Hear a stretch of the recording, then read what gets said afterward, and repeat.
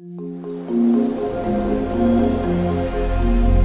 at Quartzsite, Arizona, and I was only planning on staying for one night, and I met these people, and they are just so awesome.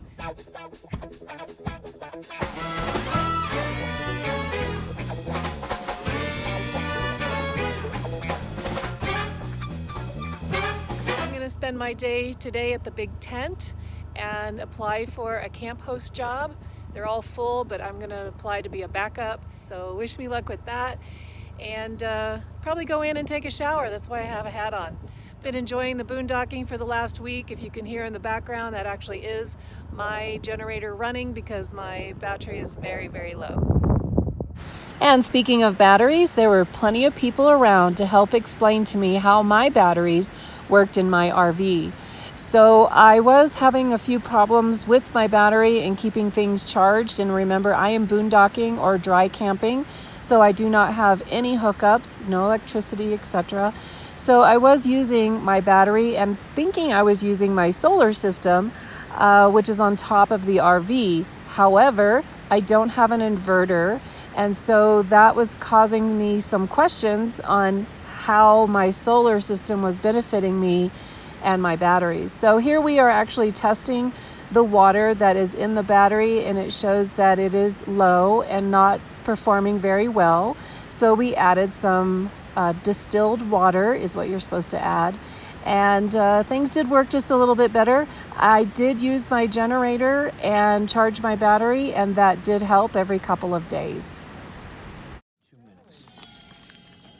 Yeah, you can hear it. And 2 minutes means it's full? You can't overfill. That's what I was wondering. You hear it going in there? But there's a trick to get more in there. That's the thing.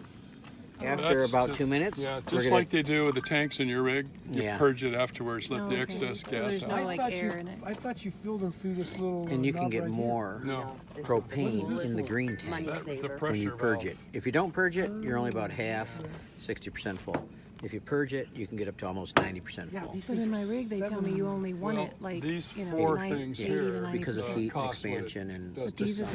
the- I'm not sure you could hear or understand all the questions that were being asked or the lessons that we were learning from this small little impromptu class on how to refill your small propane bottles. So we have been refilling them with a larger tank for about 2 minutes, and then we're going to purge a little bit of the air so that we can get a little bit more propane in them to fill them to about 85%. And you do not want them filled over that or over 90% because you need room for expansion. They don't want you to know you can. so it'll refill pop. this. So hang on to it because it's going to pop a little Yeah. bit. It don't be. It's just gonna make it. Okay, and then so a lot of them they say purge it with this valve right here. Yeah. Watch this. Oh, you just punch on the top? Yeah, screw that. Because you can get it. So we'll do it this way, right? Okay. That comes out. This Wait, way. what did you do? Squeeze it? You can You purge. pull that This up. one, this valve is good. You just pull it up. Oh, So some's going to come out. Okay. It's an overflow valve. Just- Hold it until the air is... Nah, like for about 5 seconds. That's good. Okay, now do it, and then fill it up again, and then it'll be about 80% full. That's pretty close now. Yeah, but you can't overfill it because the green tank and the big tank holds the exact same amount of PSI. They're rated for way more pressure than you can ever put in them. Right, yeah. So basically, you're just balancing pressure. It's not volume, it's pressure.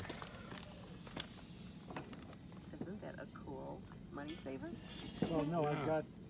I think You can hear it still. may have thrown one or two So if of I those didn't away. purge it now, if you purge it too long and you start seeing white mist come out, Well, they tell you. that's you can't propane. refill. One of the signs that I saw in town was this RV Proctologist, where they help you clean out your black tank from your toilet, etc. I just thought it was really funny. But as you can see, gas stations are set up to service the RVs and trailers and vans and everything like that. I happened to run into one of my favorite YouTube stars while we were here. The other thing we did is we toured each other's rigs. So we had everything from Class C's, as you see here, to Class B's, and then some really fancy Class A's. And then there were people that just went into detail giving us a grand tour of how they lived on the road. Okay, well, I'm Linda, and I have been on the road since September 15th. I left Louisville, Texas, with a 7x10 storage. That's all I own besides what's in my car. And I have 2 children, they're grown, married. I don't want to live with them and they don't want to live with me, so this really works. Basically, you know, I'm not going to belabor this, but I'm just over it. I was over paying mortgage, rent, renting a room from someone. Many people, I said many, not all, have way too much stuff and it's very oppressive to me. So I'm enjoying having that minimalist lifestyle, and I do have an online business. So this is my, I didn't bring you over here to plug my channel. I'm just saying I'm doing this for friends and family or whatever, but that's what that's all about. It's called Serene and Simple Life, and I'm sure y'all can relate to that. And I call her, tying in with this is Serenity Sedan. So when people say, oh, you live in your car, I said, yes, Serenity Sedan. So it sounds a little, it gets off of that living in a car. I can navigate everything from my front seat. And the main question people ask me, where do you sleep? This goes back pretty far. As I was saying, I can reach everything at nighttime. Here's my pillows. I got 3. The head pillow. This is kind of boring, I know, but I do. It's kind of important for sleeping. This is my bedding. So this is squishy. And I'm sure a lot of you can just figure this out. I'm talking, you know, really simple stuff here. And then here, so I'm not against the door. And I make myself a nest, and I'm really comfortable. And I use this like a shower bar. I'm sure some of you can appreciate that. I turn from left to right because I flip and flop. And this gives me a gripper that a passenger seat never would. And also, it gives me an opportunity on a rainy day to turn and flip all the way around so that I can reach things. So when we're done, and I've got a wool blanket, and I've got a big old comfy thing I'll show you later. I'm really about out of sight, out of mind. So I put this back for the day. I don't want it staring at me all day, what I do every day. And then just cover with the pillow. So these are some like little simple psychological type things, because I know myself. Then from there, this is one of the first cool gadgets I want to show you. Have you all seen the steering wheel tray? Woohoo! You're like, when's she gonna get to the good stuff, right? Okay, so, you know, McDonald's coffee, senior coffee, ready to do my devotional, go on with my day. I love this. I have 4 of these fabric boxes. Why fabric boxes instead of clear containers? Well, clear containers is real busy for my brain, but seeing everything takes away the serenity of what's going on in here. In the center, from Joann Fabrics, a 3-drawer thing that I can reach from my seat here. Coffee drawer on the bottom. In the middle is 1 plate, 1 bowl, plus some plasticware and some paper plates and stuff. It's not filled to the top. And then the top is like some jewelry, off spray, sunscreen, stuff that you don't use every day, a little fan. These are the clothing bags. These are Amazon Basics. I've got canned goods and food on the bottom.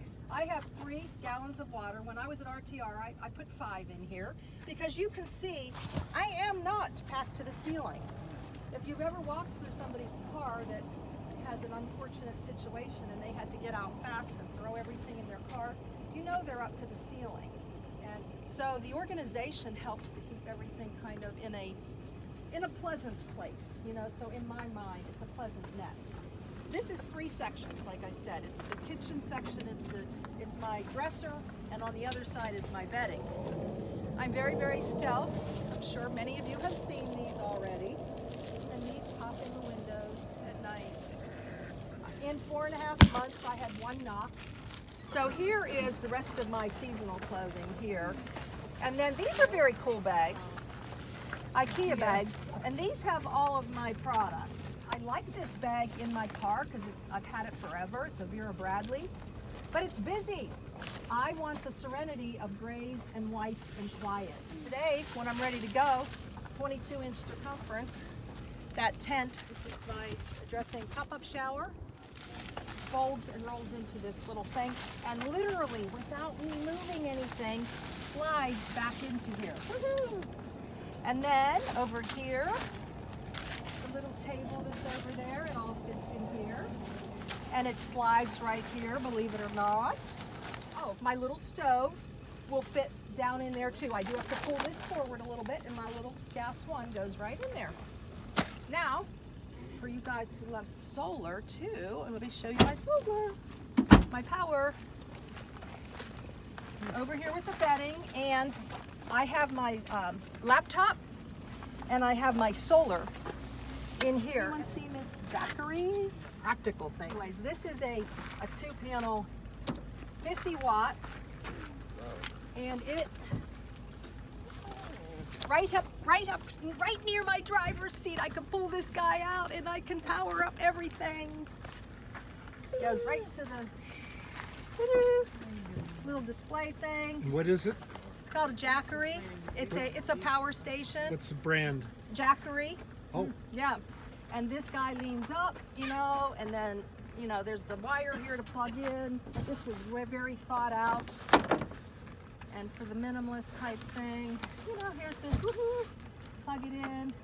It also has a 12 volt, so when I'm driving long distance, 8-10 hours, I can charge it up. That's 2 USBs.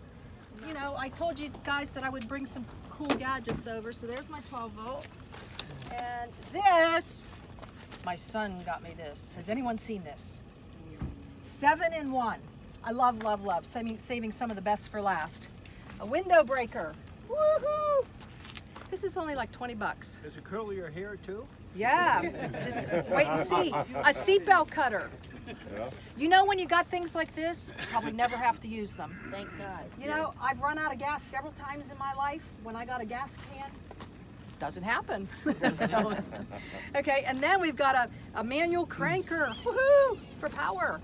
There's a USB on the side here. Gotta love it, huh? Just coming over just to see this, huh?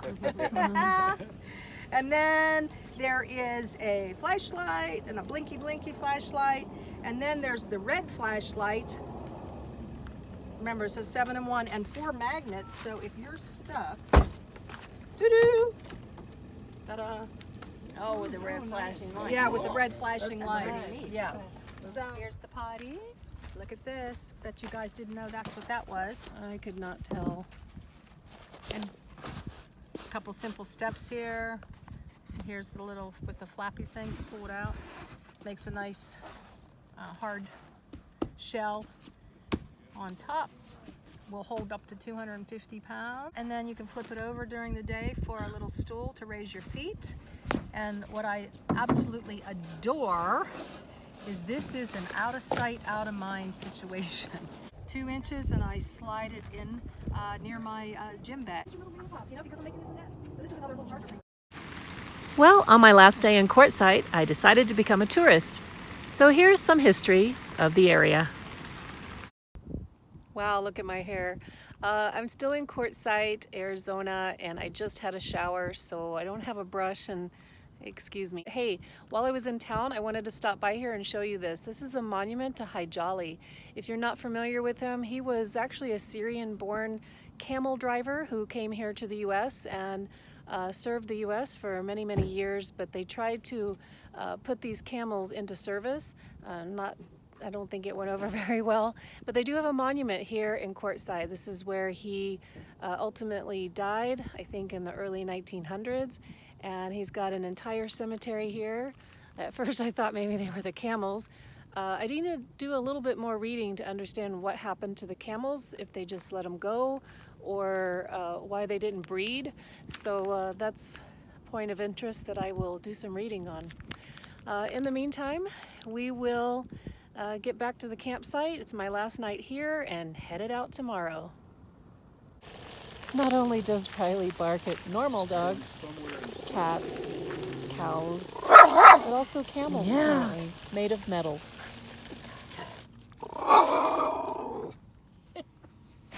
Hope you guys enjoyed this video. Thanks so much for stopping by. In the meantime, love, Lainie.